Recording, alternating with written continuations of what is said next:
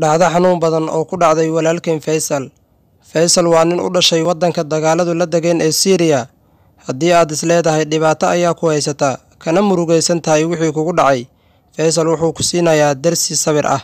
Waana nin dhalinyaro Suuriyaan ah, kuna nool waqooyiga Suuriya. Qoyskiisa intii badneed waxay ku hoobteen duqeynta taliska Bishaar, Ruushka iyo Iiraan ay sida bahalnimada ah u hayaan shicibka Suuriya. Faysal waxaa ku habsaday madfac keenay inuu labada indhood, lugaha iyo weliba qayb daanka ah uu beelo. Sidoo kale wuxuu ku waayay 8 qoyskiisa ka mid ah. 8 qof waa walaaladii, adeeradii iyo aabihii, waa kuwii dad ugu dhowaa. Laakiin arrinka ugu muhiimsan ayaa ah, hadalkiisii wuxuu ku soo koobay, Ilaahay ayaan u mahadcelinayaa. Isagoo dhoola cadeynaya weliba in uu ii reebay carab aan ku waxidi karo Ilaahay.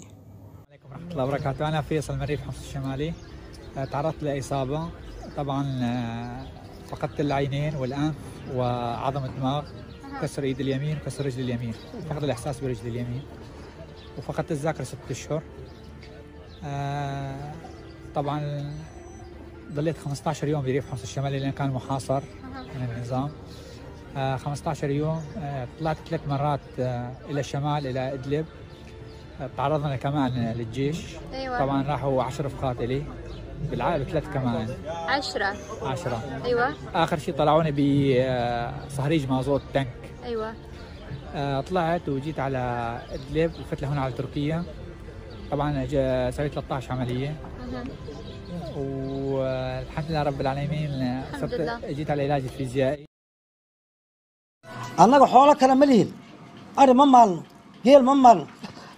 بيرر مالا بيرتنا ولا قدي ما تستي خمسة بيرر مالا بيرتنا حتى عملي أنا ما تسوت ما تماها برتع عملي برتع ولي يرون لو صدق أنت لو كنت لو ثقبت لو تطور. Ninkan odayga waxaan filayaa waxa ka oysiinayaa inay tahay cadaalad darro oo dareemayo. ولا تحسبن الله غافلا عما يعمل الظالمون إنما يؤخرهم ليوم تشخص فيه الأبصار.